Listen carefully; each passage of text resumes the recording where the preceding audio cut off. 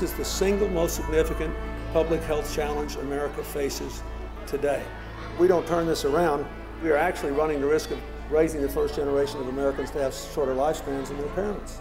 The solution to obesity is in changing how we live and work and eat and what we do. But you know that it has to happen person by person, family by family, school by school, community by community. And if you were trying to budget this, who knows when it's all going to happen, right? But it's the only thing that will work.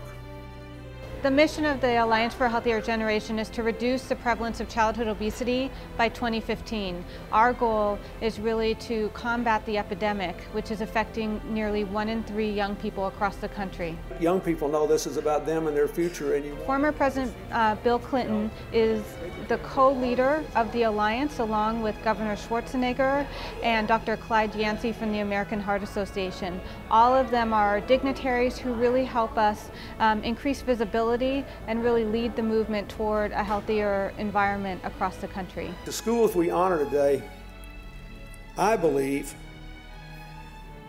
represent the forefront not only of the effort to turn around the obesity epidemic and avoid having a generation totally paralyzed by diabetes and other problems, but in what you're doing and the way you're doing it, you represent the way we're going to have to do change in America.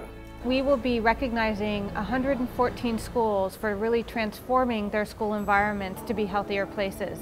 All right, guys, you can get to that celery and carrots. We just basically, we followed the nationwide trend to try to limit childhood obesity.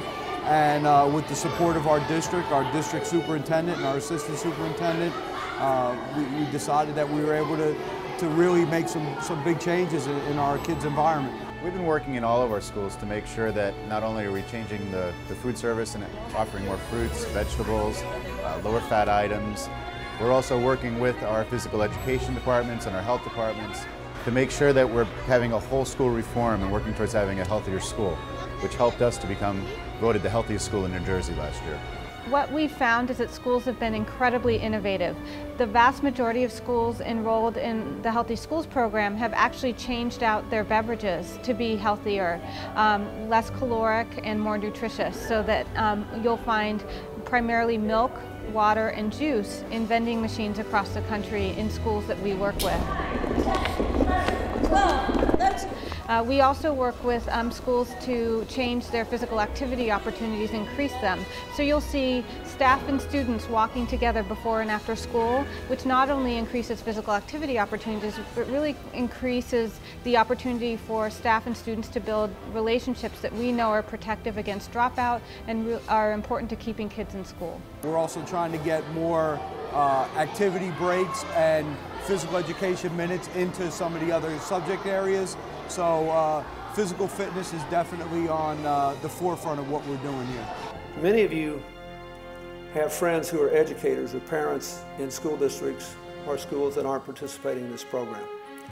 I hope you will urge them to do it, to get in, to take full advantage of it. If they don't think they can allocate staff, at least ask them to access the online portion of this, and we'll do as much as we can at virtually no cost to them.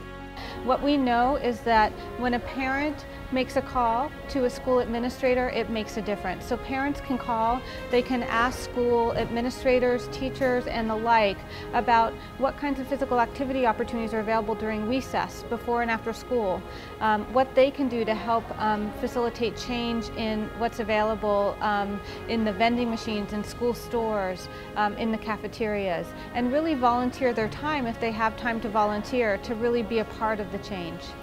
You are making a difference. So that's the last thing I would leave you with. You are on the cutting edge of what I think will be the dominant social effort of the 21st century, trying to answer the how questions.